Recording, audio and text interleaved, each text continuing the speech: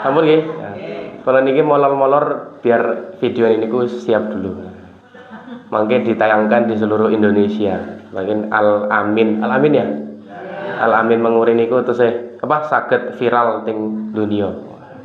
Mugi-mugi nggih viral ting akhirat juga. Sampun? Mas Rikla? Oke, kita buka dulu nggih. A'udzubillahi minasyaitonirrajim. Bismillahirrahmanirrahim. Assalamualaikum warahmatullahi wabarakatuh.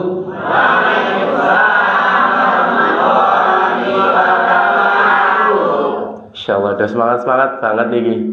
Jadi kalau mau usah ngulangi lagi. Alhamdulillah rabbil alamin wassalatu wassalamu ala asrofil anbiya'i wal mursalin sayyidina maulana Muhammadin wa ala alihi wa sahbihi ajma'in amma ba'du. Qala rabbi shrah li sadri wa yassir li amri wahlul 'uqdatam min lisani yafqahu qawli. Rabbana anzilna munzalan mubarakan wa anta khairul munzilin. Raditu billahi rabba wa bil islami dina wa bi Muhammadin nabiyya wa rasula. Rabbi zidni ilma wa razuqni fahma. Qala Allah Ta'ala fil Qur'anil Karim, a'udzu billahi minasyaitonir rajim. Bismillahirrahmanirrahim. Ya ayyuhalladzina amanu taqullaha haqqa tuqatih wa la tamutunna illa wa antum muslimun. Shadaqallahul azim. Alhamdulillah, puji syukur tak henti-hentinya kula panjenengan sedaya mengucapkan puji syukur atas kehadirat Allah Subhanahu wa taala. Nggih menika kula panjenengan sedaya bisa berangkat menuju ke masjid ini dalam rangka pengajian 2 pekan sekali di Jumat malam nggih. Ya, alhamdulillah istiqomah dan insya Allah semakin pekan semakin bertambah jamaahnya. Nggih. Terus ada wajah-wajah baru soal ini nggih. Masya Allah ya, Allah memberikan kita nikmat kesehatan, nikmat waktu luang, dan yang paling penting yakni adalah nikmat iman lan nikmat Islam. Sehingga kula panjenengan sedaya satu langkah menuju ke masjid ini Allah akan angkat derajat kita, lan satu panjenengan kaki panjenengan melangkahkan kaki menuju ke masjid ini Allah ampuni dosa-dosa panjenengan. Amin ya rabbal alamin. Kedua kalinya sholawat beserta salam semoga tetap tercurah limpahkan kepada uswatun hasanah kita baginda Rasulullah Muhammad sallallahu alaihi wasallam yang senantiasa kita nantikan syafaatnya kelak di yaumil qiyamah. Amin ya rabbal alamin. Bapak, ibu-ibu, mas-mas dan mbak-mbak jamaah Masjid Al-Amin Menguri, pripun kabare pada malam hari ini? Sehat sedaya nggih? Alhamdulillah sehat semua di penghujung tahun. Semoga saya doakan semoga rezekinya berkah berlimpah, keluarganya sakinah mawaddah dan warahmah, rezekinya lancar, bisnisnya lancar, ekonominya sukses, istri dan suaminya senantiasa menjadi istri yang soleha, suaminya menjadi suami yang soleh. Dan kita doakan bersama semoga generasi-generasi kita menjadi generasi-generasi yang qurrata ayun. Amin ya rabbal alamin. Bapak Ibu yang dirahmati oleh Allah Subhanahu wa taala, semua sehat alhamdulillah. Insyaallah pada pertemuan kali ini kita membahas tentang tahun baru. 2023 apa judulnya? Aku kudu piye? Yo piye aja takon aku kok. Malah takon aku yo piye? Nah, pada malam hari ini kita coba sedikit mengupas tentang akhir tahun ya. Bisa jadi selama 1 tahun ini panjenengan itu bisa dikatakan belum atau bisa atau mensyukuri nikmat dari Allah, belum bisa yang namanya memikirkan tentang kekuasaan Allah. Nah pada malam hari ini coba kita buktikan bersama-sama dan kita pelajari bersama-sama, dan semoga di tahun 2023 ini bisa menjadi lebih baik lagi di tahun 2022. Amin ya rabbal alamin. Baik, alhamdulillah. Ini jam setengah 9 nggih, kita mulai nggih.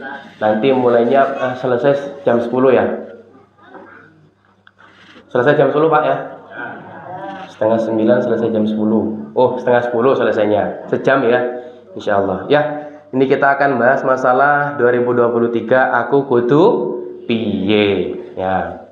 Karena semakin kesini bergulirnya waktu dari detik ke menit, dari menit ke jam, dari jam ke hari, dari hari ke pekan, dari pekan ke bulan, dari bulan ke tahun. Sudah berapa banyak amal soleh yang panjenengan lakukan? Sudah berapa banyak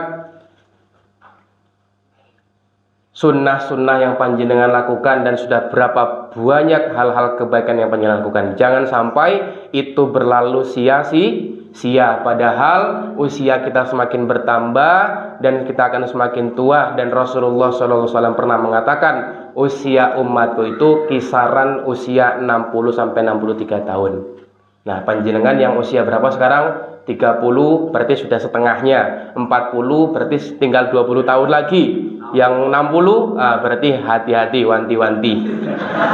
Wis wayahe perbanyak amal soleh, wayahe golek sangu mati. Wis ngajine gratis, sepekan 2 kali, ustadz isih enom, nganggo foto dan video yo isih wegah-wegahan. Terus kapan lagi? Katanya cita-citanya husnul khotimah, tapi perilakunya tidak mencerminkan husnul khotimah. Maka insya Allah kita pelan-pelan belajar di sini bareng-bareng bersama kami semua.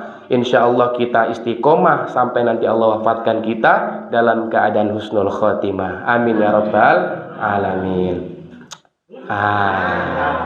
Alhamdulillah. Kajian sampun selesai. Niki. Tumben kok jeglek niki.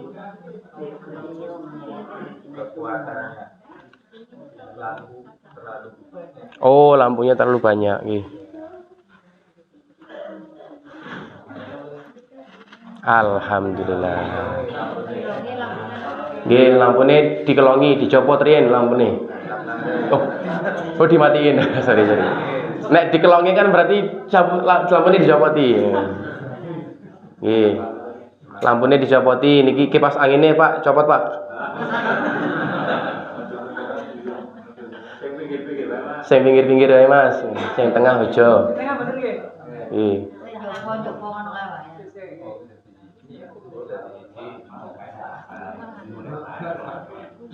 Nggih, napa salone mempengaruhi niki? Nek salone bermasalah, salonnya digisirkan Pak. Singgirke maksudnya. Dan rasa ya, insyaallah ya. Ini baru mulai sudah anjlok ya. Berapa dayanya Pak Takmir? 450. Berarti bisa naik 900 nggih? Bisa. 2023 aku kudu naik. Nggih, baik Bapak Ibu yang dirahmati oleh Allah Subhanahu wa taala. Ya, jadi kemarin saya dapat PR kata Pak Sugiman ya, dari pertanyaan dari Ibu Ngati 6 apa Ngati Jem? Ngati 6 ya? Nggih. Fadilah membaca surat Yasin, fadilah membaca surat Al-Mulk dan Al-Waqiah dan segala macamnya ya. Nah, ini coba saya jawab terlebih dahulu ya, sebelum kita masuk materi. Nah, fadilah membaca surat Yasin dari tafsir Ibnu Katsir. Jadi di salah satu hadis yang ada di Ibnu Katsir itu mengatakan barang siapa yang membaca surat Yasin di malam hari ya, jadi tidak ada malam khusus ya, di malam hari maka di waktu subuh sudah mendapatkan ampunan dari Allah. Jadi ketika dia membaca surat Yasin di malam hari, maka insya Allah di waktu paginya, di waktu subuhnya dia mendapatkan ampunan dari Allah. Dan ketika dia membaca surat Yasin di waktu siang, maka petangnya akan mendapatkan ampunan dari Allah Subhanahu wa taala. Jadi tidak ada waktu khusus dalam membaca surat Yasin. Saya cepat saja ya. Fadilah membaca surat Al-Mulk dapat memberi syafaat bagi yang membaca, di hadis riwayat At-Tirmizi, dan juga menghalingnya dari siksa kubur. Ya, jadi biasanya kita diperintahkan sebelum tidur itu malamnya membaca surah Al-Mulk. Kalau bisa habis Isya niku, setelah sholat ba'diyah Isya bisa dibaca ini surat Al-Mulk.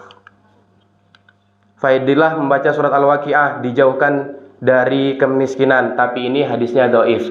Saya cari-cari kemarin di beberapa buku-buku hadis, ternyata itu hadisnya dhaif. Dhaif itu apa?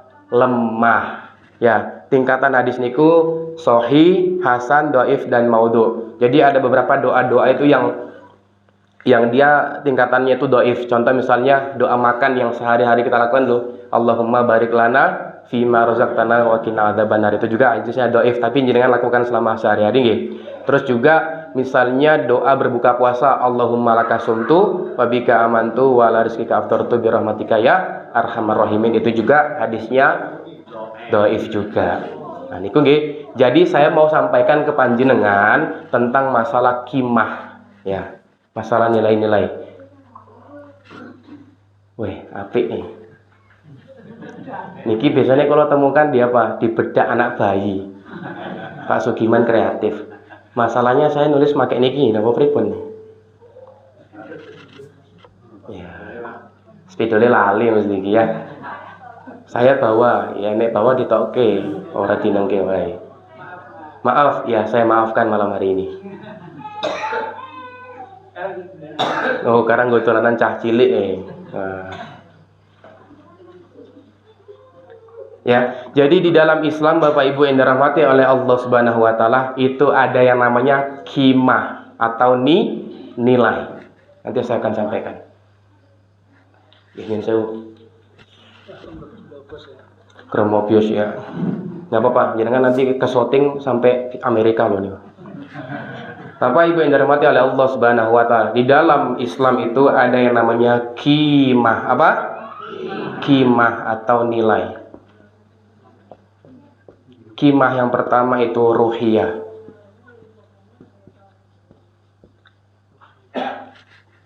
Ada ayat yang mengatakan seperti ini. Inna sholat tatanha anil fahsya iwal munkar. Sesungguhnya sholat itu bisa mencegah perbuatan keji dan mungkar. Ya, berarti tujuan kita sholat itu mencegah perbuatan keji dan mungkar. Nah, sejatinya kalau dinilai ruhiyah atau qimah ruhiyah ini, ketika kita melaksanakan sholat bukan karena pengen gara-gara terhindar dari keji dan mungkar, tapi karena semata-mata itu perintah dari Allah. Bayangkan Pak Bu, kalau di dunia ini ada orang yang sholat tapi masih terjerat keji dan mungkar, berarti dia mengatakan, oh sholat itu belum mencegah perbuatan keji dan mungkar. Nah, qimahnya adalah qimah ruhiyah. Ketika ada perintah, maka itu semata-mata kita menjalankannya perintah dari Allah. Ketika kita terjaga dari keji dan mungkar, itu berarti bonus dari Allah Subhanahu wa taala. Contoh misalnya jenengan sedekah. Sedekah kan fadilahnya banyak ya.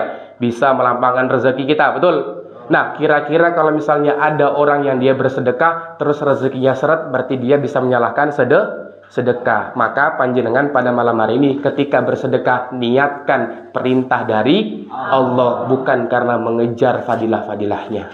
Paham sampai sini? Paham nggih? Paham nggih? Nah, ketika hadir sebuah namanya kemudahan dalam kehidupan, itu bonus dari Allah Subhanahu wa taala. Jadi apapun yang kita laksanakan, apapun yang kita lakukan, itu semata-mata karena perintah dan atas perintah dari Allah Subhanahu wa taala.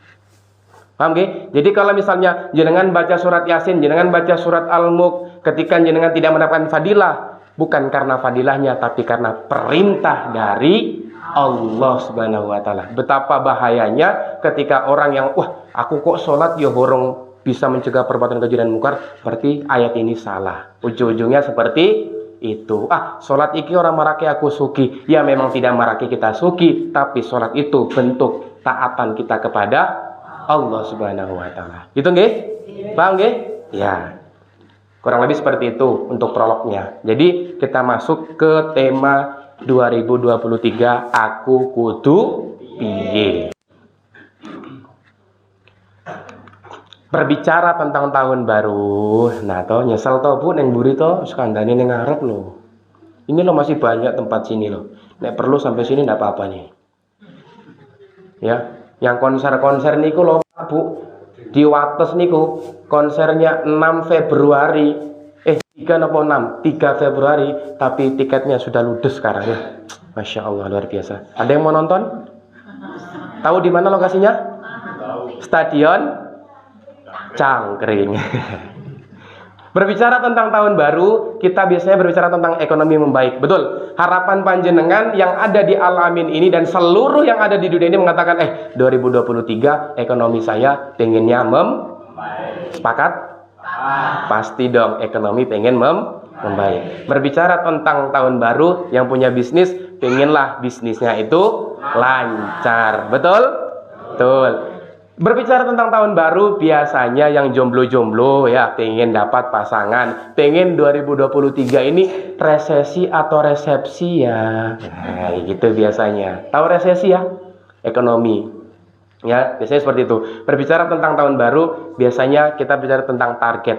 2022 ada hal-hal yang belum saya capai di tahun 2022 ini, maka akan saya capai targetnya ini di tahun 2023. Nah, ini kebanyakan orang seperti ini. Betul? Sepakat? Oke, kita lanjut ya. Tapi sayangnya itu semua hanya perkara dunia. Betul enggak? Betul. Pernah nggak jenengan terlintas saja memikirkan perkara tentang akhirat?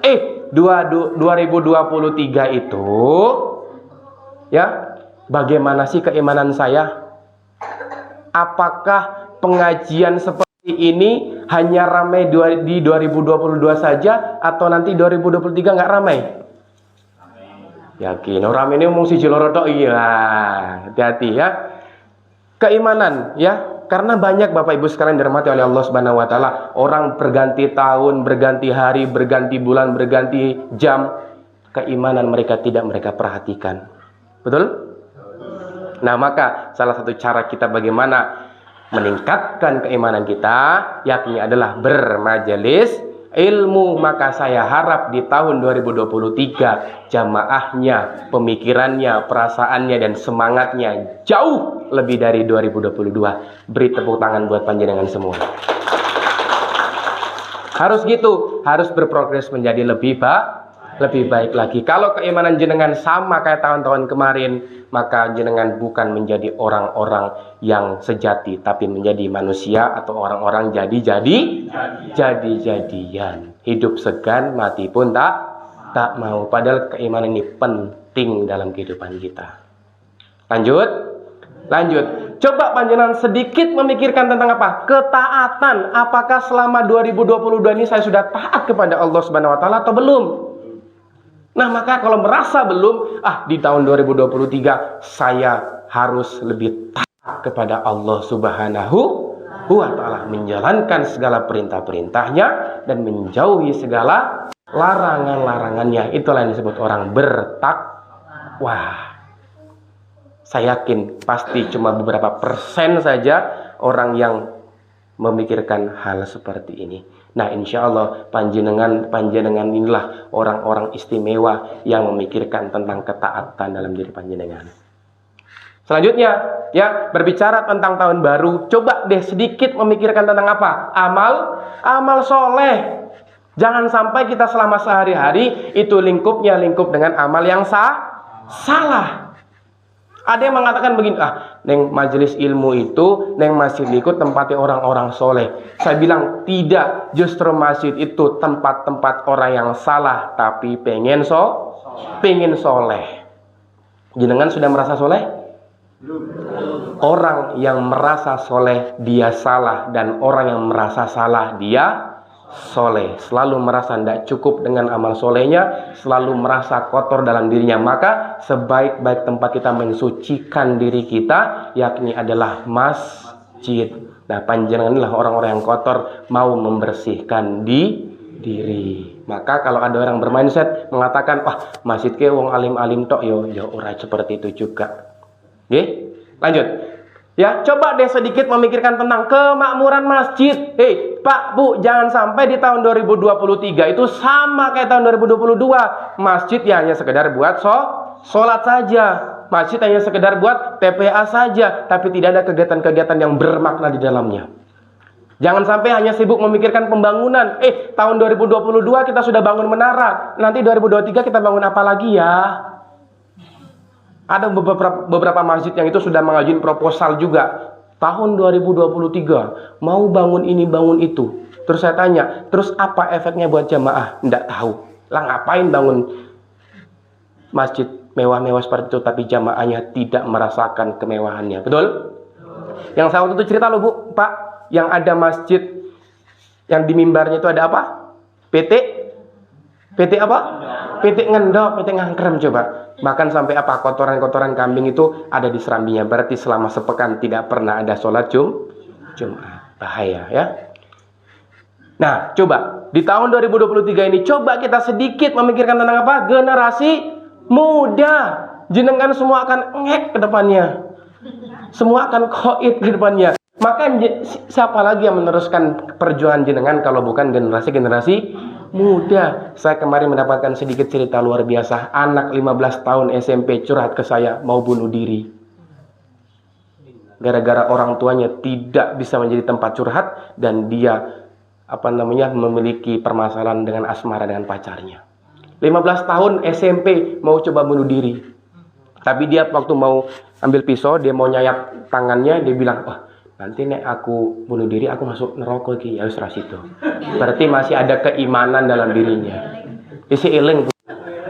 Coba kalau semua anak-anak generasi muda kayak gitu, habis matinya mati konyol. Betul? Matinya mati kerdil. Orang siapa yang dia matinya hanya memikirkan dirinya, maka dia mati kerdil. Tapi kalau panjenengan matinya memikirkan jamaah, memikirkan umat, memikirkan tetangga, maka jenengan matinya mati besar.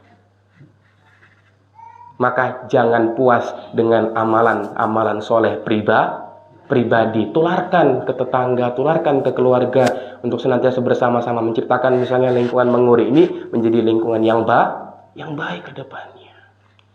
Berbicara tentang 2023, kita berbicara tentang apa? Coba kematian, karena sebaik-baik nasihat dalam kehidupan kita adalah apa?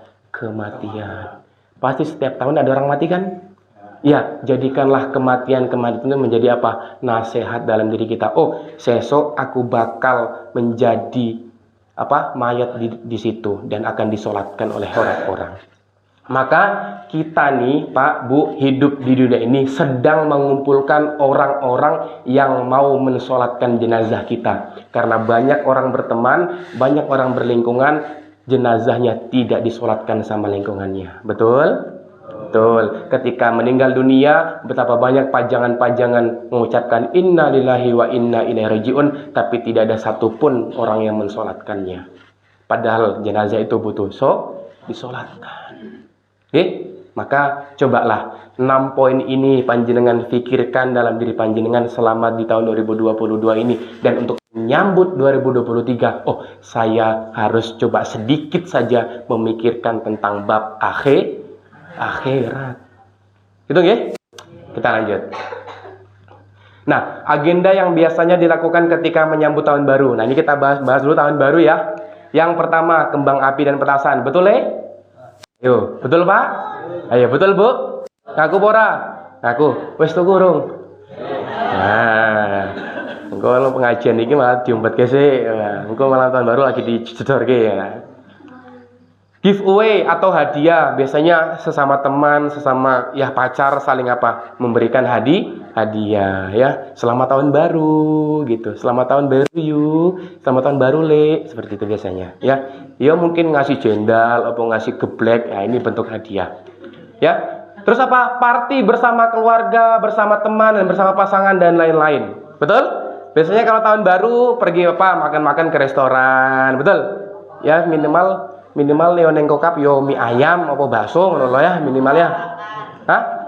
Bakar-bakar misalnya, yang penting orang bakar rumah ya. Opong-opong, yang penting orang opong-opong rumah ya. Opong-opong mantan rumah mantan ojo ya. Meniup trompet, betul?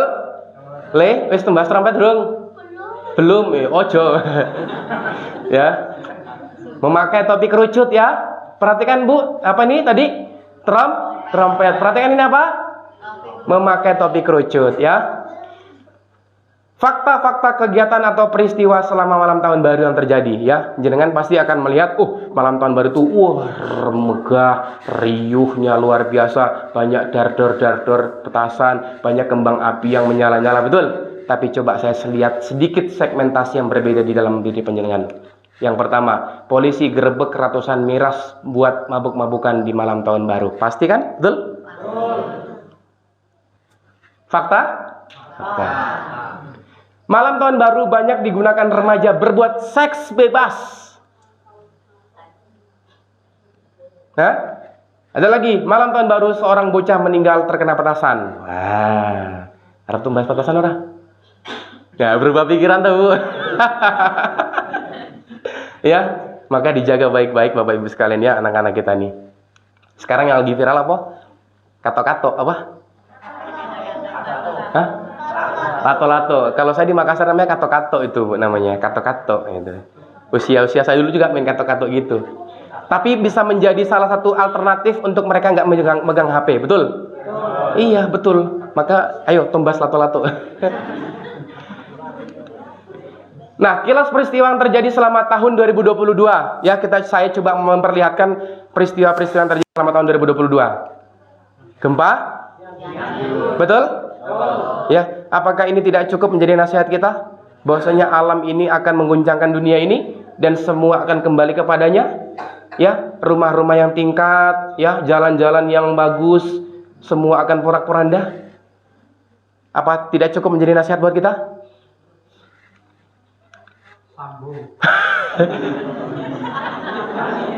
Ya, sampai sekarang belum tuntas-tuntas kan kasusnya? Ya, mohon maaf yang pro dengan dia. Saya ini tadi sore nyari materi-materi apa ya kasus-kasus saat ini di tahun 2022. Oh, Mak Celetuk, oh kasus Sambo.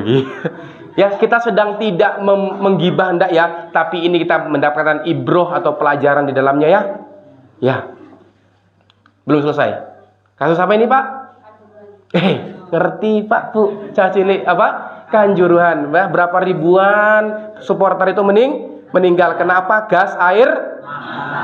Tutup gas LPG ya, Bu ya. Ini apa? Semeru. Ya, betul ya? Apakah ini tidak cukup menjadi nasihat buat kita? Sangat-sangat cukup ya, bahkan lebih.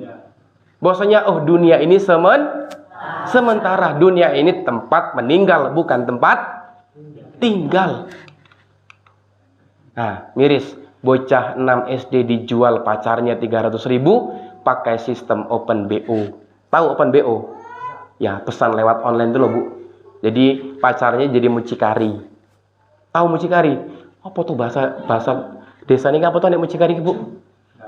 Nggak tahu. Pokoknya orang yang jual orang, nah gitu. Ya, memperdagangkan orang. Nah, seperti itulah contohnya.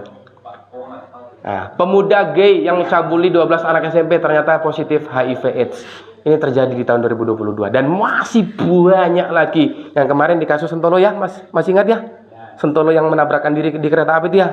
Itu juga kasus karena pacar juga. Nah, viral gadis 14 tahun diculik, diperkosa 20 orang, dijual dan disekap TKP di Bandung. Betapa banyak sekali kasus-kasus di tahun 2022 ini yang kita tidak sangka, kita tidak tahu dan tidak ditayangkan di televisi. Ini mungkin terjadi di Indonesia. Coba kalau misalnya di Kokap, di Kulon Progo, di dekat daerah-daerah Jenengan. Miris enggak seperti ini? Khawatir enggak? Gelisah mboten? Kalau jenengan tidak gelisah melihat hal-hal seperti ini, berarti keimanan panjenengan dipertanyakan. Nah, sejarah terjadinya tahun baru. Mau tahu? Mau tahu nggak sejarah terjadinya tahun baru? Mau ya? Pengen tahu aja atau pengen tahu banget? Pengen tahu banget ya.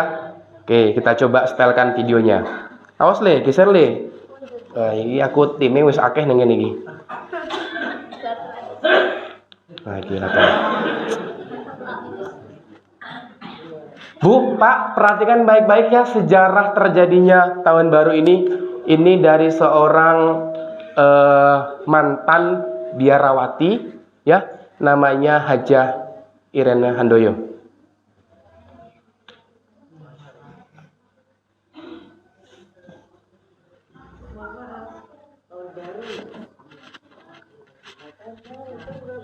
Januari itu Dewa Janus.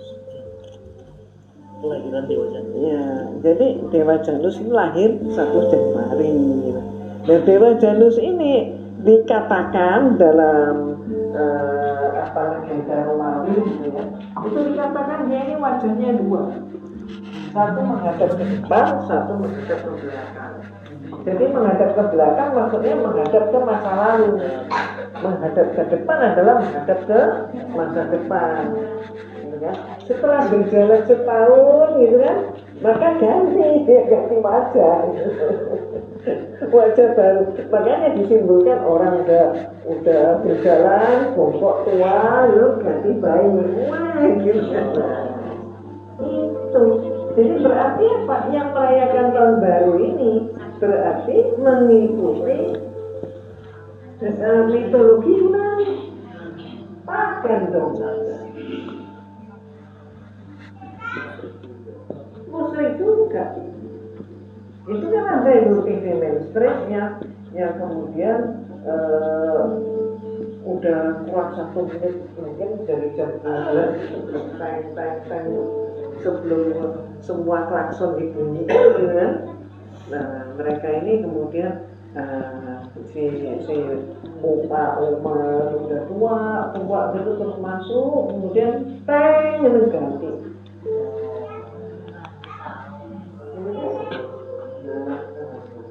Pergantian waktu dan luar biasanya malam tahun baru selalu dirayakan oleh umat Islam. Nah, ikut trompet, ikut pergantian. Terus padahal ini yang keterlaluan artinya. Padahal umat Islam punya tahun baru sendiri. Kecuali umat Islam nggak punya tahun baru. Yang dulu yang disebut tadi 2/3 dunia itu Islam. Ketika berjaya mereka ikut menikmati gitu kan. Loh sekarang kok dibalik, malah ada orang Islam ikut menikmati tahun baru mereka. Ini gimana ini pikirannya? Terus pakai topi San Benito, topi kerucut itu kan. Nah mohon maaf. Itu kan topi San Benito itu adalah topi orang-orang Islam yang dipaksa murtad terutama Isabella dan Ferdinand. Terus dibujuklah oleh para serdadu atas perintah Isabella. Katakan bagaimana membuktikan, bagaimana bisa membedakan bahwa mereka ini sudah murtad ikut kita atau masih Islam. Jadi yang ikut kita harus pakai itu topi kulutut sama pakai rompi. Sementara memang mereka bebas, tetap hidup Ustaz. Tapi setelah Muslim Andalusia itu dibantai, apa yang terjadi? Akhirnya mereka pun digiring, ditangkepin, diikat, digiring ke lembaga inkuisisi, lembaga pengadilan oleh gereja. Terus mereka divonis apa? Dibakar hidup-hidup. Apa alasannya? Mereka divonis itu alasannya adalah kamu dahulu mengkhianati agamamu. Apa jaminan bahwa kamu sekarang tidak mengkhianati agama kami? Jadi bagi pengkhianat agama mengkhianati agama. Nah, tuh akhirnya mati juga. Mati dalam keadaan kafir, dijulukin pengkhianat.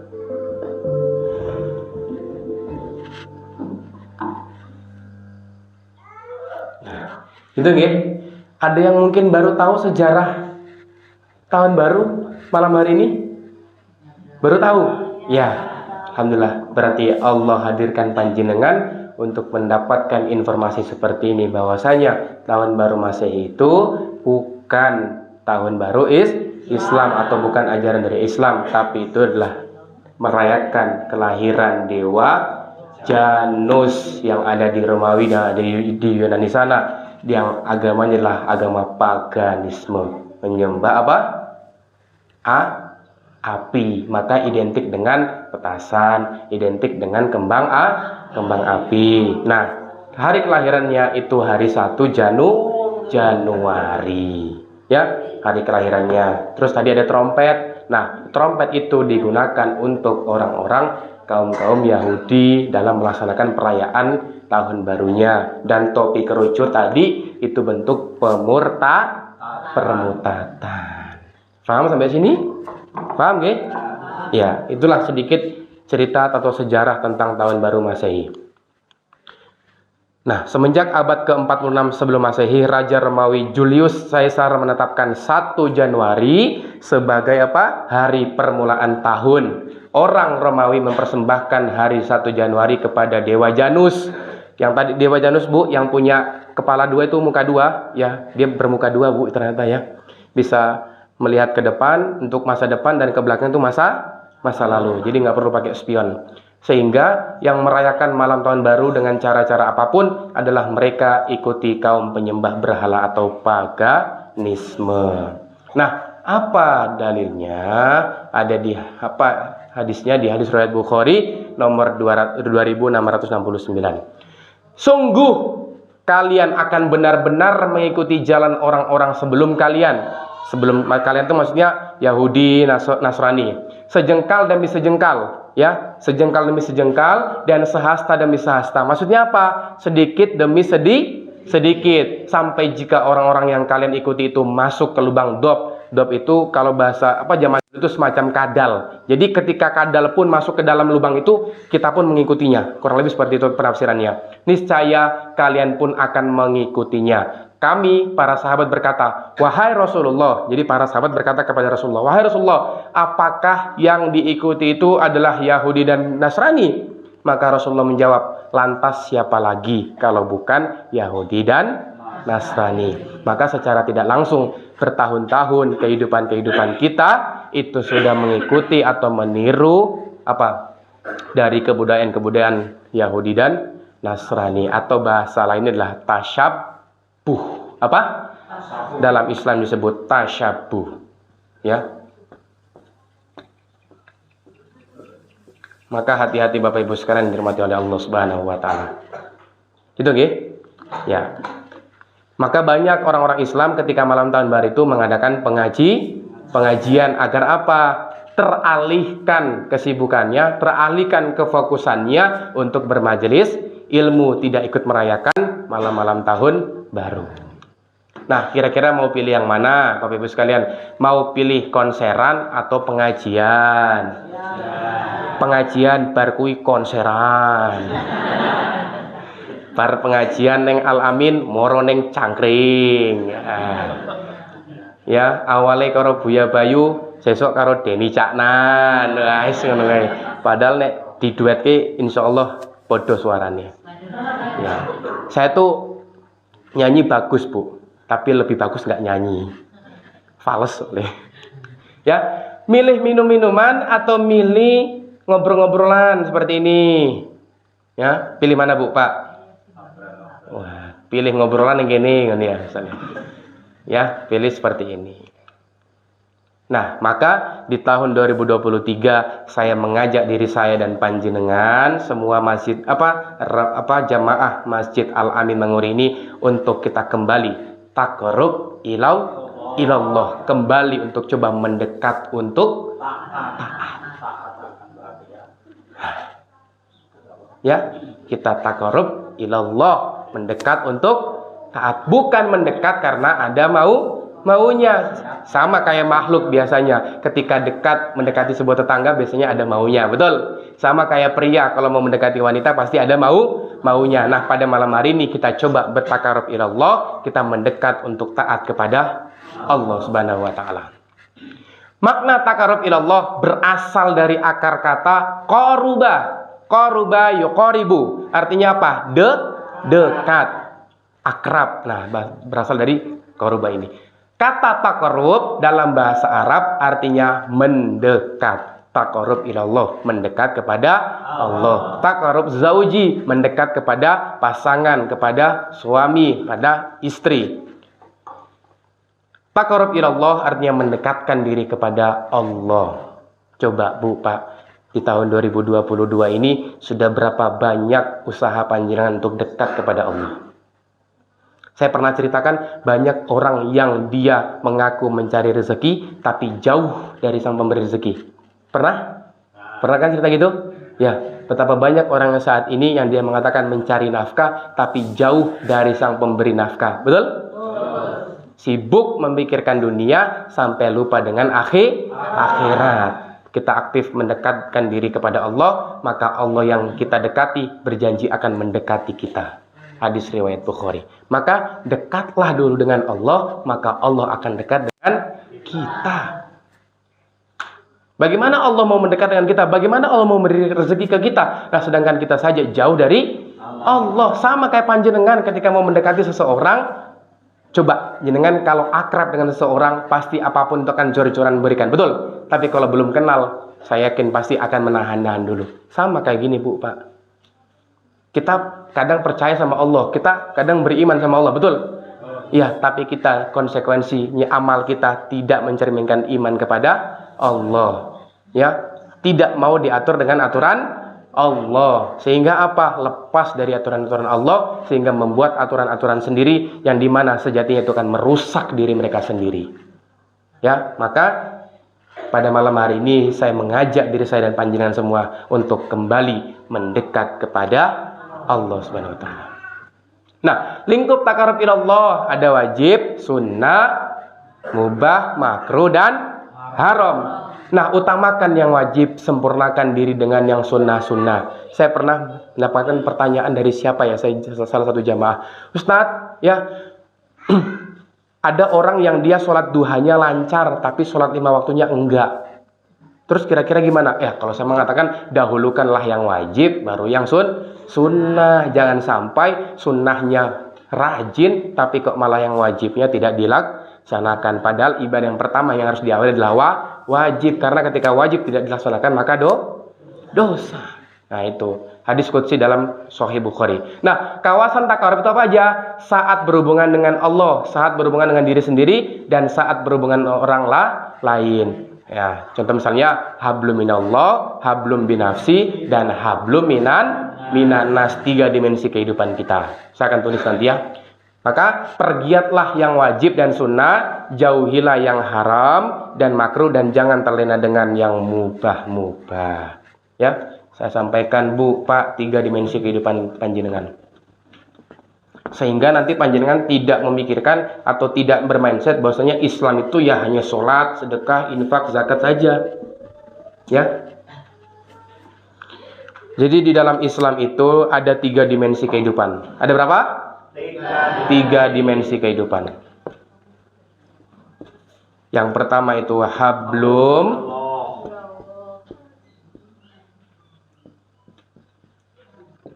Yang kedua hablum binafsi.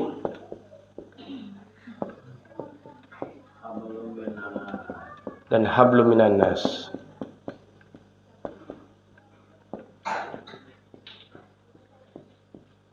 Ya, hablum minallah itu apa? Berkaitan hubungan kita dengan Allah, keimanan kita, kepercayaan kita, sholat kita, dan segala macamnya itu diatur di dalam hablum minallah. Bereskan dulu hubungan jenengan dengan Allah. Kalau jenengan mau lihat baik buruknya seseorang, coba cek dulu bagaimana hubungannya dengan Allah. Kalau Allah saja dia tinggal, apalagi panjenengan. Hei mbak yang mau mencari seorang suami, cek dulu bagaimana hablum minallahnya. Kalau Allah saja dia tinggal, apalagi panjenengan. Betul? Hei yang punya bisnis, bapak yang punya kolega bisnis, yang punya partner bisnis, bagaimana mau melihat baiknya dia? Coba cek dulu hablum minallahnya. Sudah baik atau belum? Ya. Jangankan jenengan, Allah saja bisa dia ingkari, apalagi panjenengan. Nah, selanjutnya hablum binafsi, berkaitan dengan apa? Tata cara makan, tata cara minum, tata cara berpakaian. Saya sedikit cerita Bapak Ibu. Ada salah satu mahasiswi, salah satu santriwati di pondok pesantren, ya. Dia ini hafal 30 juz. Setiap harinya dia memurojaah hafalannya sebanyak 6 kali. Berapa kali? 6 kali. Suatu hari, suatu ketika si santriwati tersebut kesurupan. Kenapa? Kesurupan. Secara logika kan nggak masuk akal ya. Santriwati hafiz Quran 30 juz, setiap harinya 6 kali murojaah hafalan, kok bisa kerasukan? setan. Oh, ternyata ditanya sama ustazanya, "Hei, jin yang ada di dalam tubuh santriwati ini, kenapa kok engkau bisa masuk ke dalam tubuh santriwati ini?" Apa kata santriwati itu? Apa kata jinnya? "Aku masuk ke dalam tubuh santriwati ini ketika dia makan pakai tangan kiri." Oh. Coba cek panjenengan selama sehari-hari sudah berapa kali makan pakai tangan kiri, dan sudah berapa banyak jin yang masuk ke dalam diri panjenengan. Ya, maka Islam sedetail itu Bapak Ibu sekalian dalam hal apa? Dalam hal mengurus kehidupan kita. Apalagi kalau makan gorengan, ya. Makan gorengan saya pakai tangan kanan kok, tapi cabenya pakai tangan. Nah, sama aja. Emang nggak bisa kalau pakai tangan kanan aja? Bisa dong. Jadi kerupuknya, gorengannya gini, terus cabenya di sini, klek, ini bisa. Tapi kurang nyaman, kurang enak kalau nggak lengkap. Kan kita kan saling melengkapi. Wah, ono wae dalile pokoknya. Ngeyel. Ini mazhab ngeyeliyah pokoknya. Angeliyah pokoknya. Mazhab ngeyeliyah, mazhab angeliyah. Wis ngono kuwi pokoknya, ya. Maka coba perhatikan baik-baik, termasuk mbak-mbak, ibu-ibu, ya, perhatikan busananya, perhatikan aurat-auratnya. Panjenengan itu adalah mutiara, sebaik-baik perhiasan di dunia adalah wanita yang soleha. Wanita yang soleha punya rasa malu. Orang yang punya rasa malu, dia menutup auratnya. Coba jangan jalan-jalan ke YIA, jalan-jalan ke bandara, pakaian urung dadi bu, isi sakmene wis dinggo. Rok masih segini, urung tadi dijahit wis dinggo. Ya, saya heran kadang-kadang. Ya, baru tali satu gini, pateng kretek gini, dinggo. Nah, ini maka perhatikan baik-baik. Dan yang ketiga adalah apa? Hablum minan nas, hubungan kita dengan orang lain, termasuk sistem jenengan kalau misalnya pedagang jual belinya bagaimana, apakah sudah benar, ya, jenengan pendidik apakah pendidikannya sudah benar dan segala macamnya. Nah, maka 3 dimensi inilah yang harus panjenengan perhatikan baik-baik, karena Islam bukan tidak hanya sekedar mengajarkan ibadah mahdho, tapi juga ghairu mahdhunya juga diajarkan. Ya, tidak hanya sekedar sholat, tidak hanya sekedar zakat, tapi seluruh lingkungan kehidupan kita, semua aktivitas kita bermuaranya ke dalam Islam. Nah, maka kalau orang tidak mau diatur sama Islam, berarti dia tidak paham tentang 3 dimensi kehidupan Islam. Gitu nggih? Insyaallah. Nah, kunci takarub ilallah, iman atau percaya dan menyadari hubungan kita sebagai hamba dengan Allah sang pencipta. Kita ini sebagai hamba dan ada sang khalik, yakni adalah Allah, dan kita tahu esensi kita hidup di dunia ini adalah apa? Beribadah dan mengabdi kepada Allah. Jadi setiap aktivitas kita, setiap profesi kita, apapun itu, niatkan untuk mengabdi kepada Allah. Istri melayani suami, niatkan bukan karena suaminya, tapi karena apa? Mengabdi kepada Allah. Karena kalau panjenengan berharap kepada suami, pasti ujungnya akan kecewa. Orang kalau berharap kepada manusia, itu adalah apa? Patah hati yang disengaja. Bapak jenengan mencari nafkah, ya, semata-mata niatkan karena perintah dari Allah. Panjenengan kalau berharap kepada seorang ibu, berharap kepada seorang pasangan, pasti ujungnya juga akan kecewa. Apapun profesi panjenengan, pekerja, petani, pedagang, semua niatkan karena beribadah kepada Allah. Kalau niatnya ibadah kepada Allah, berarti harus menjadi cara dan niatnya juga harus benar, dan insya Allah akan bernilai pahala di sisi Allah Subhanahu wa ta'ala. Jenengan petani dapat pahala, jenengan pedagang dapat pahala, jenengan pengajar juga dapat pahala. Karena apa? Niatnya untuk apa? Mengabdi kepada Allah Subhanahu wa ta'ala. Nah, kiat-kiat takarub ilallah, kita nyanyi dulu ya. Masih hafal Obat Hati? Lagunya Opik masih ingat? Masih ingat ya? Ya, Tombol Hati. Ya, ini saya versi Indonesia dulu ya, baru nanti versi Jawa. Ya. Obat hati ada 5 perkaranya. Yang pertama, baca Quran dan maknanya. Yang kedua, sholat malam dirikanlah. Yang ketiga, berkumpullah dengan orang soleh. Yang keempat, perbanyaklah berpuasa. Yang kelima, zikir malam perpanjanglah. Salah satunya siapa bisa menjalani, moga-moga Allah Ta'ala jabani. Ayo bareng-bareng sing Jawa. Tombo ati iku mo perkorone. Masya Allah. Kaping maca Quran lan maknane. Kaping lat wengi nono. Kaping leh kumpulono. Kaping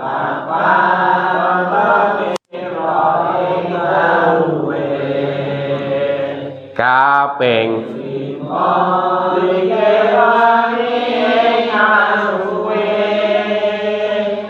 salah sawijining sapa bisa nglakoni Allah Allahumma sholli wa sallim ala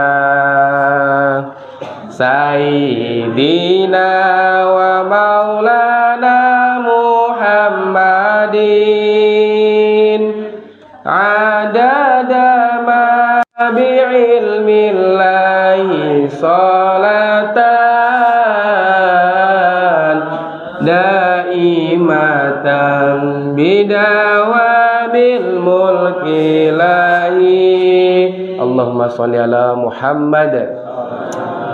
Masya Allah, luar biasa ya, bergetar hati panjenengan ya.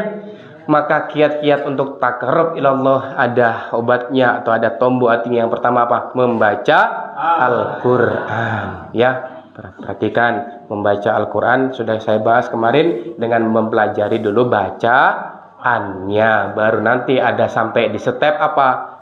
Membaca maknanya atau isinya. Dan PR-nya adalah menerapkannya. Insya Allah meresapi makna untuk mencerahkan akal dan jiwa panjenengan. Ya, jenengan kalau berjalan ke suatu daerah nggak tahu arahnya, nggak tahu bagaimana lokasinya, maka butuh Google Map, betul? Butuh yang namanya arah. Nah, sama kehidupan kita Bapak Ibu sekalian. Ketika kita salah arah, ketika kita melenceng sedikit, maka cobalah kembali ke dalam Al-Quran. Bismillahirrahmanirrahim. Alif lam mim. Dzalikal kitabu la raiba fi hudal lil. Kenapa kok katanya lil muttaqin bukan lil muslimin ya? Apa? Lil muttaqin. Kenapa kok bukan lil muslimin?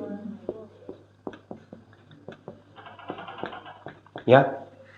Kalau muslimin itu hanya sekedar atau sebatas menjadi seorang tapi kalau muttaqin sudah menjadi orang maka coba cek dalam diri panjenengan selama hidup di tahun 2022 ini, apakah sudah menjadi orang yang muttaqin atau masih menjadi orang yang muslimin. Karena tadi Al-Quran hudal lil muttaqin. Huda itu apa? Sebagai petunjuk untuk orang-orang yang bertakwa. Maka panjenengan kalau hidup di dunia ini mengambil petunjuk dari Al-Quran, berarti panjenengan menjadi orang yang muttaqin. Oke? Okay? Jadi 2022 ke 2023 panjenengan coba rubah mindset panjenengan. Oh, kalau saya salah arah, oh kalau saya salah jalan, cobalah kembali ke Al-Quran. Insyaallah panjenengan akan menjadi orang-orang yang muttaqin. Yang selanjutnya, sholat malam dirikanlah. Karena sholat malam ini yang sholat paling susah, paling berat. Betul? Betul.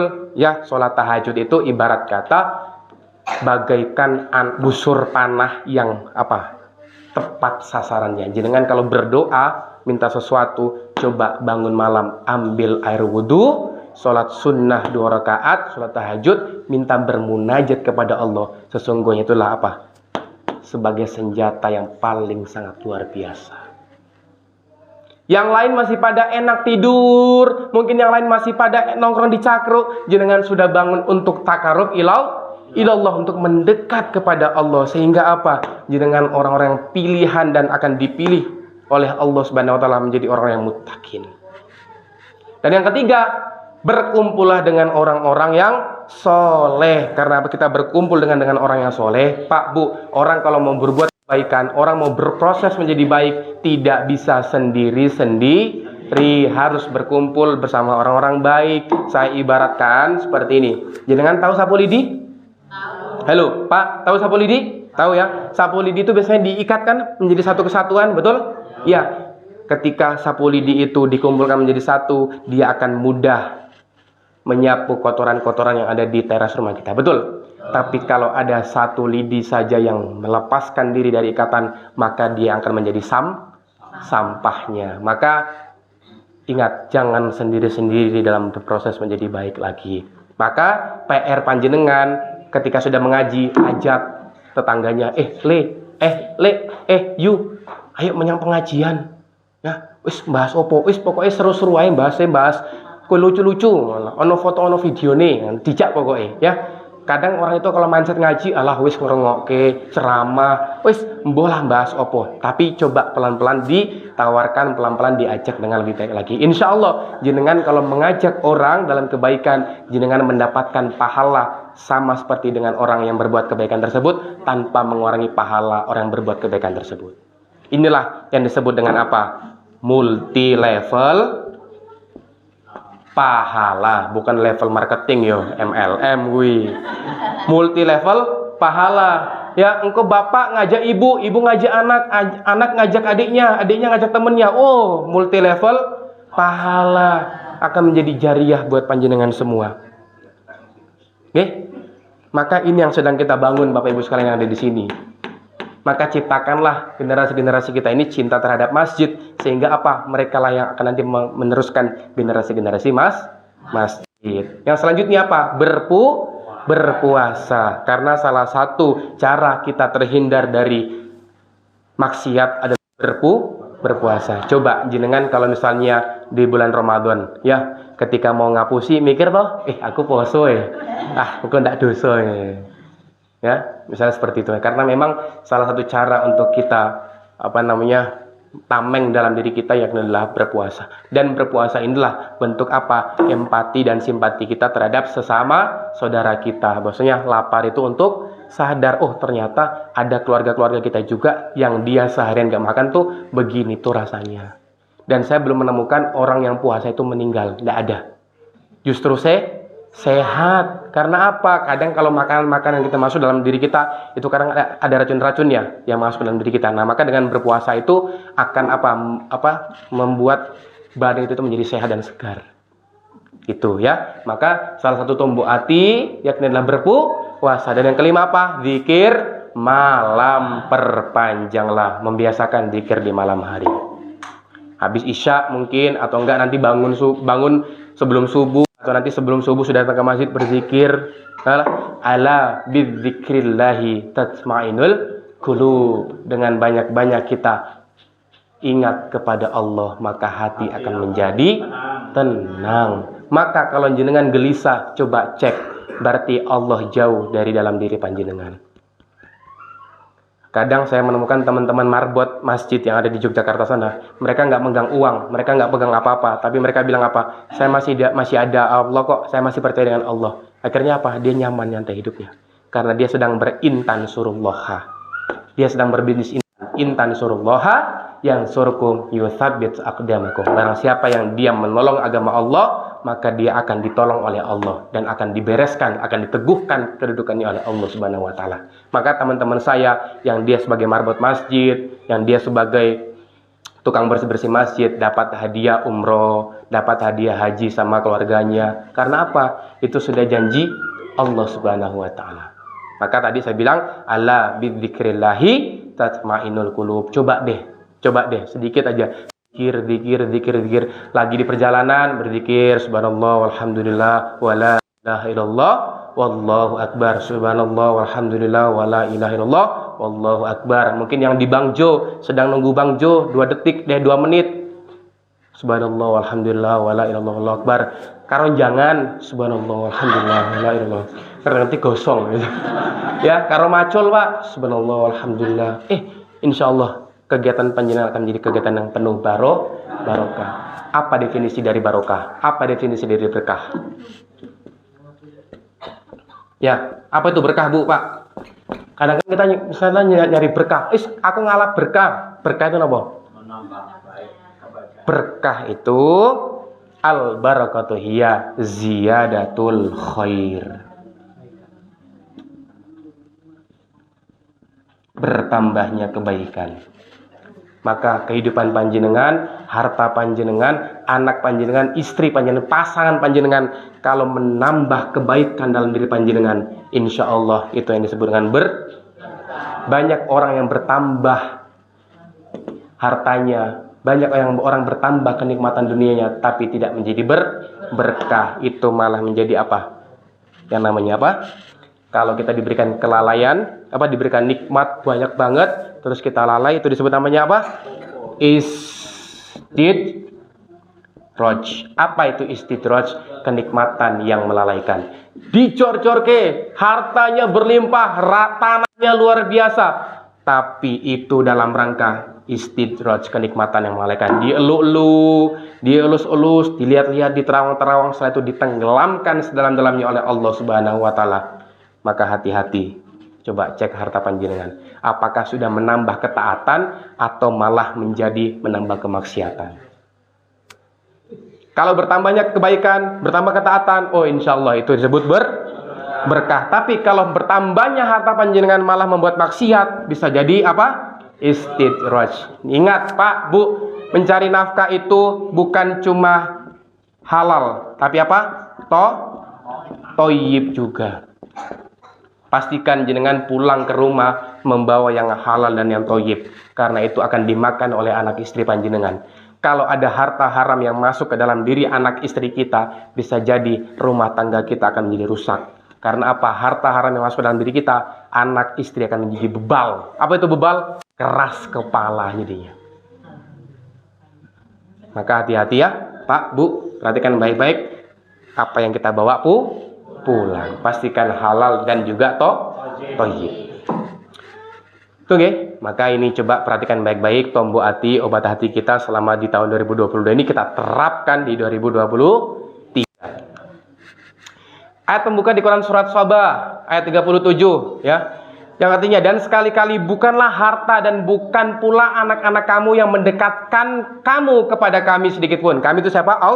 Allah. Tetapi orang-orang beriman dan mengerjakan amal-amal soleh, mereka itulah yang memperoleh balasan yang berlipat ganda disebabkan apa yang telah mereka kerjakan, dan mereka aman sentosa di tempat-tempat yang tinggi, yakni di dalam surganya. Ya, jadi yang membuat kita bahagia itulah bukan harta-harta kita dan juga bukan anak-anak kita, tapi apa? Kita beriman kepada Allah dan juga mengerjakan amal-amal soleh. Di Quran surah Al-Asr ya, coba kita baca bareng-bareng. A'udzu billahi minasyaitonir rajim. Bismillahirrahmanirrahim. Wal 'asr. Innal insana lafi khusr. Illalladzina amanu wa amilus solihati wa tawasau bil haqqi wa tawasau bis sabr. Di Quran surah Al-Isra dijelaskan di situ semua orang merugi wal asr, demi waktu atau demi masa. Innal insana lafi khusr, semua orang-orang itu merugi. Kecuali illalladzina amanu, yang dia apa? Beriman, wa amilus solihat, amal soleh, wa tawasau bil haq wa tawasau bis sabr, menasehati dalam kebenaran dan kesabaran. Ya, pastikan aktivitas panjenengan itu beriman, beramal soleh, dan saling menasehati satu dengan lainnya dengan sabar dan benar. Ya, itu. Hadis Bukhari tentang sikap Allah kepada hambanya yang bertakarub kepadanya. Jika seorang hamba mendekat kepadaku sejengkal itu berapa, Bu? Sejengkal mana? Segini ya? Sejengkal, maka aku akan mendekatnya sehasta. Sehasta itu berapa? Setangan. Ya, oke. Jika ia mendekatiku sehasta, aku akan mendekatinya apa? Sedepah. Sedepah itu berapa? Oke, semeter. Ya, aku sedepah. Jika ia datang kepadaku dengan berjalan, maka aku akan mendekatinya dengan berlari. Artinya apa? Pertolongan Allah sangatlah dekat, dan Allah itu dekat dengan kita. Selama kita mau mendekat dengan Allah. Coba bayangkan, ketika engkau sejengkal, aku sehasta. Ya, jika engkau datangnya berjalan, aku berlari menuju ke dirimu. Ini Allah. Coba kalau makhluk, kita butuh kepada misalnya makhluk, ya kita lari sejengkal, dia lari 10 jengkal misalnya. Beda dengan manusia, karena ini Allah Tuhan kita ya. Dan ini di Sahih Bukhari. Allah itu dekat. Maka mintalah apapun yang jenengan pikirkan, jenengan mau, mintalah kepada Allah. Karena sebaik-baik pemberian itu adalah Allah. Pekerjaan itu hanya wasilah, hanya jembatan. Tani itu hanya wasilah, hanya dagang itu hanya menjadi jembatan, tapi pemberi rezekinya adalah Allah Subhanahu wa taala, ya. Maka haruslah berubah menjadi lebih baik lagi kita di tahun 2023. Itu ya. Selanjutnya, hadis Bukhari tentang takarub yang disukai oleh Allah Subhanahu wa taala. Dan tiada bertakarub mendekat kepadaku seorang hamba dengan sesuatu yang lebih kusukai daripada menjalankan kewajibannya. Coba bayangkan, mendekat kepada Allah, Allah lebih suka daripada apa? Menjalankan kewajibannya. Ya. Qul ya ibadi. Allah itu ibadi itu sebuah perkataan, sebuah panggilan yang sangat romantis. Kalau jenengan seorang suami manggil seorang istri apa? Bunda, misalnya mak, itu sayangku atau siapa? Ini Allah cari. Qul ya ibadi. Mana hambaku yang mau mendekat denganku? Mana yang katanya berlumuran dosa, datang ke sini, saya bersihkan dirimu. Qul ya ibadi. Ibadi itu kata yang paling romantis, Bu. Ya, maka Allah itu ketika kita berbuat dosa, ketika kita berlumuran dosa, kadang mengatakan aku tuh nggak pantas mendekat dengan Allah, betul? Ya, justru dengan tidak kepantasan itulah jenengan mendekat kepada Allah, maka Allah akan memberikan semua pengampunan semua. Itu ya.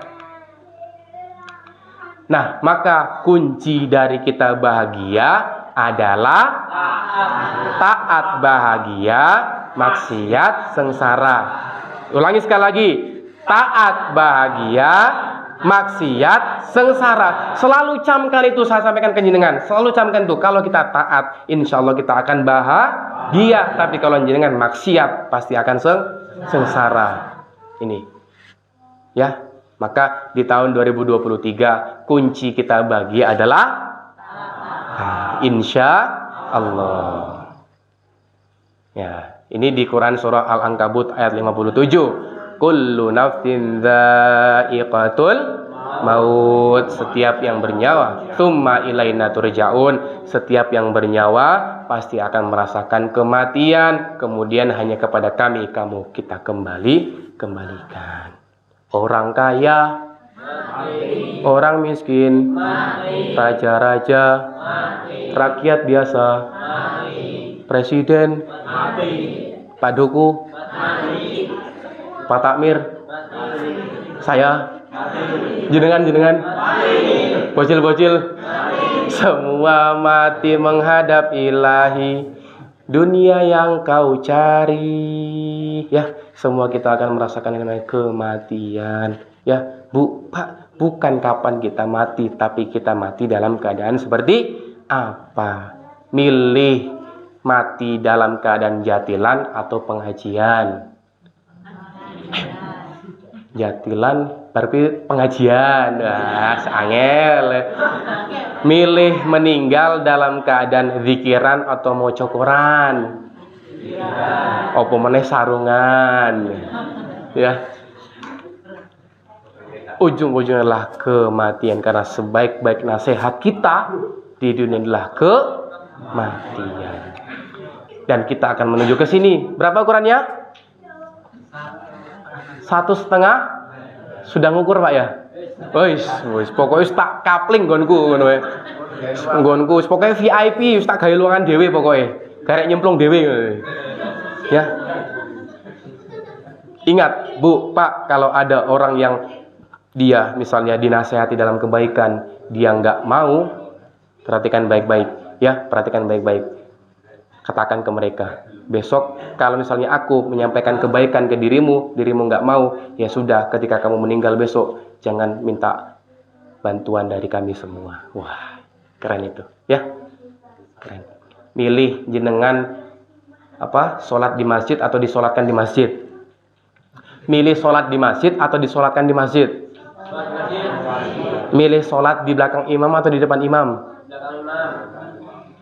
Ada yang mau di depan imam? Oh no, tonggoku jenenge imam. Dengar apa imam? Sholat itu boleh dilanggar kok, Bu. Boleh toh? Boleh. Yang nggak boleh dilanggar siapa? Kacung. Sholat itu boleh dilanggar. Betul kan? Siapa yang nggak setuju? Setuju semua kan? Setuju semua ya? Langgar itu apa? Musola. Saya waktu itu datang dari Sulawesi kan nggak tahu apa-apa Bu ya, Pak. Orang Makassar, orang Bugis nggak tahu apa-apa datang ke Jawa. Ada yang mengatakan teman saya, guyon, Mas, sholat ki boleh dilanggar. Wah, saya gelut sama dia. Ngawur kowe iki. Masa sholat boleh dilanggar? Boleh. Nggak boleh dilanggar. Boleh. Nggak boleh dilanggar. Boleh dilanggar. Akhirnya debat toh. Ternyata simbah saya bilang, kono sholat yang langgar. Sholat yang langgar.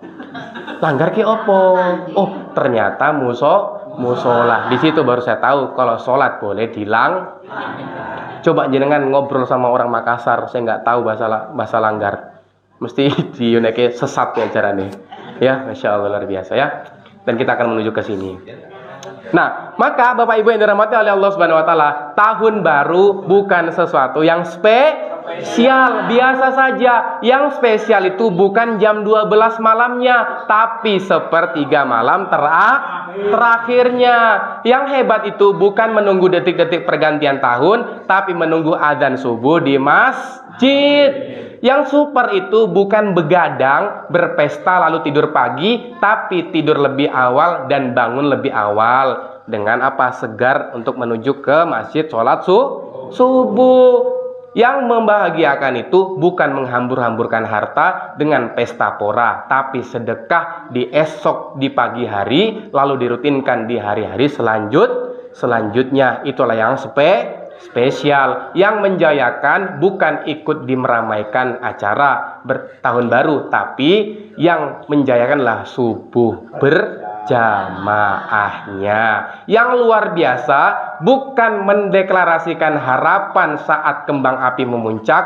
Kadang Bu, Pak, kalau kembang api itu sudah mau diluncurkan, berdoa dulu mereka, ya Allah, langgengkanlah hubunganku dengan dia, padahal isi pacaran. Ya Allah, rezekiku berkah berlimpah. Wis tahu kan begitu? Wis tahu. Tapi saat Allah turun ke langit bumi dan kita biasa memanjatkan doa padanya, ya. Ya ayyuhal muzammil, wahai yang berselimut dengan malamnya, bangun untuk tunaikan sholat malam. Ya, itu tadi, karena tahun baru bukan sesuatu yang spesial, biasa saja. Justru kita bangga kalau menyambut tahun baru kapan tahun baru Islam? Malam 1 Suro. Kalau bulan Islamnya? Wah, gitu nggih. Jadi tahun baru besok malam ya. Besok malam saya ada agenda di Yogyakarta di kampus UII. Di sana kita juga ada pengajian. Kurang lebih auditoriumnya itu muat 2000-an anak-anak pemuda, anak-anak kampus itu. Jadi kita ajak untuk apa? Tahun baru itu bukan lagi membakar kembang api, tapi waktunya untuk bermajelis ilmu. Maka tahun baru bukan sesuatu yang spesial, Sial. Berarti besok nggak ada sing nyumut-nyumut mercon yang ini. Tenang lagi. Insya Allah ya. Ya ini sebuah renungan apa? Renungan akhir tahun buat kita semua ya. Penghujung tahun, jangan sampai penghujung tahun ternyata menjadi penghujung usia. Ujung tahun ternyata menjadi akhir umur. Itulah yang akan menjadi atap berkepanjangan. Apa yang akan kita bawa menghadap Allah Subhanahu wa Ta'ala? Puasa akan binasa, harta akan sirna, sahabat akan lari, keluarga pun akan melupakan kita. Yang kekal penolong hanya Allah yang pernah tidak mata meletes di tengah malam karena terkena dosa yang begitu banyak, membangunkan anak yang baru saja tertidur tapi kita ingat dia belum sholat subuh. Kalau pernah menunjuk agar kenapa tidak pakai jamaah, mengapa keluar malam dan berfirman Allah. Kalau pernah mengingatkan sahabat tetangga kerabat, itu yang akan menolong di hadapan Allah pada saat tidak ada yang dapat menolong kecuali pertolongan Allah Subhanahu wa Ta'ala. Kecuali pertolongan Allah Subhanahu wa Ta'ala. Ya, itu sedikit renungan Bapak Ibu di renungan di akhir tahun ini, bahwasanya ketika kita bersandar kepada jabatan, maka jabatan akan lengser. Ketika kita bersandar kepada tokoh, maka tokoh akan meninggal. Ketika kita bersandar kepada harta, harta akan musnah. Dan kita bersandar kepada Allah, itulah sebaik-baik sandaran kita. Nggak boleh bersandar selain kepada Allah. Nggak boleh bersandar di dinding, Bu. Ya, karena bersandar di dinding bukan bersandar kepada Allah. Berarti tidak boleh bersandar di dinding, ya, Masya Allah. Nah, maka Bapak Ibu yang dirahmati Allah Subhanahu wa Ta'ala, resolusi kita, target kita di tahun 2023 ini, cobalah kita bersama-sama untuk kembali memakmurkan masjid. Akan saya tampilkan beberapa video-video tentang masjid ya. Insya Allah nanti akan menjadi inspirasi buat panjenengan semua yang ada di sini, termasuk ketakmirannya ya. Ini mungkin sudah saya sampaikan ya kenjeran ya. Sudah pernah ya waktu itu ya. Nih, ya. Coba deh punya cita-cita terlebih dahulu Masjid Al-Amin Menguri ini bisa menduplikat masjid subuh Qur'annya, masjid tempatnya, subuh waktunya, Quran pembahasaannya. Ya, coba ceklah. Ya, coba cita-citakan terlebih dahulu. Ya, mungkin jenengan berkata ini kan di kota. Jenengan kalau mau berniat baik jangan ada kata tapi. Nih, coba ibu-ibunya dikumpulkan, diedukasi dengan apa? Sedekah subuh. Tuh.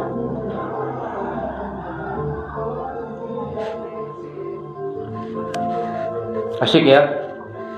Asyik. Maka masjid ini bukan hanya membahas tentang beton dan besi saja, tapi tentang manfaat dan kontribusinya.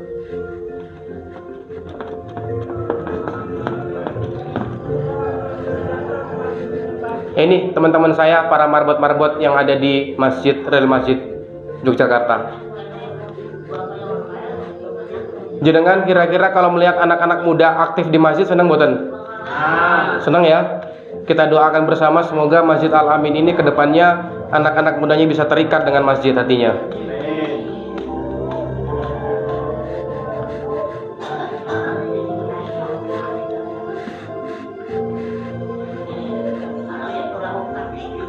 Tuh. Ya. Pasar Raya Jumat namanya. Jadi umat muslim itu setiap pekannya punya hari raya. Kapan itu? Hari Jumat itu. Ya. Pasar Raya Jumat. Tuh. Ini ada lagi nih. Konsumsinya baru keluar nggih.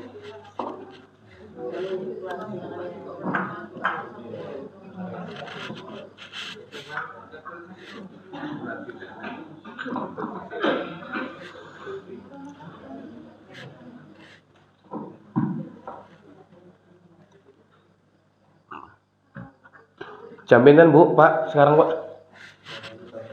Jam 10 kurang 15 menit ya? Nanti kita paskan jam 10 ya untuk ini ya. Ngobrol-ngobrolnya. Sudah dapat makanan semua? Minuman? Berdoa terlebih dahulu nggih. Kita berdoa. A'udzubillahi minasyaitonirrajim. Bismillahirrahmanirrahim. Ya Allah, jadikanlah apa yang kita makan dan kita minum ini menjadi energi kita untuk beramal soleh. Menjadikan kita ini menjadi hamba-hamba yang senantiasa pandai bersyukur, dan semoga bisa menjadi wasilah hadirnya ketenangan, keberkahan, kebahagiaan, serta keistiqomahan untuk kita semua. Bismillahirrahmanirrahim. Allahumma barik lana fi ma razaqtana wa qina adzabannar. Silakan diminum dan dilahapi makanannya dan minumannya. Ya, silakan kita istirahat dan jeda dulu ya, karena kalau konsumsi datang niku fokusnya terpecah ya. Dan saya nggak mau diduakan, karena diduakan itu sakit. Sakitnya di mana? Di mana-mana. Orang hafal ragu ya. Sakitnya di mana-mana. Tapi Bapak senang kalau mendua. Bismillah. Tahun baru ada acara apa Bu di sini Pak? Bakar-bakar. Wih, wis ngerti tahu mau video nih. Oh pengajian wis. Tak cancel. Pokoknya pesan arangnya tak cancel. Pesan jagungnya tak cancel. karena wis nonton videonya mau. Seperti itu. Ya, mungkin agendakan pengajian atau apa gitu ya. Ya, silakan dinikmati dulu minuman dan makanannya Pak Ibu sekalian. Oh ya, rencana 2 pekan selanjutnya saya membahas parenting Islam. Setuju mboten? Membahas pendidikan anak dalam perspektif Islam, apalagi bab masalah ini, gadget era digitalisasi. Saya sudah berapa pekan ini menemukan beberapa kasus anak-anak itu dia lepas akibat tidak ada didikan dari orang tuanya. Yang saya ceritakan kemarin tuh ya, tadi itu barusan anak-anak usia 15 tahun ya, yang saatnya dia masa-masa mencari jati diri, belajar, mendapatkan rasa kasih sayang, tapi kok malah punya niatan mau bunuh diri. Berarti kan ada kesalahpahaman, ada misling di antara anak-anak dan keluarganya ini ya. Maka kapan-kapan kita akan belajar tentang setan gepeng itu ya Bu ya, tentang HP insyaallah. Ingatkan saya Pak Sugiman, kita membahas tentang parenting Islam, karena ini penting dan memang dibutuhkan oleh panjenengan semua. Tunggu. Nah, ini di Masjid Al-Falah Sragen. Ini di masjid teman saya.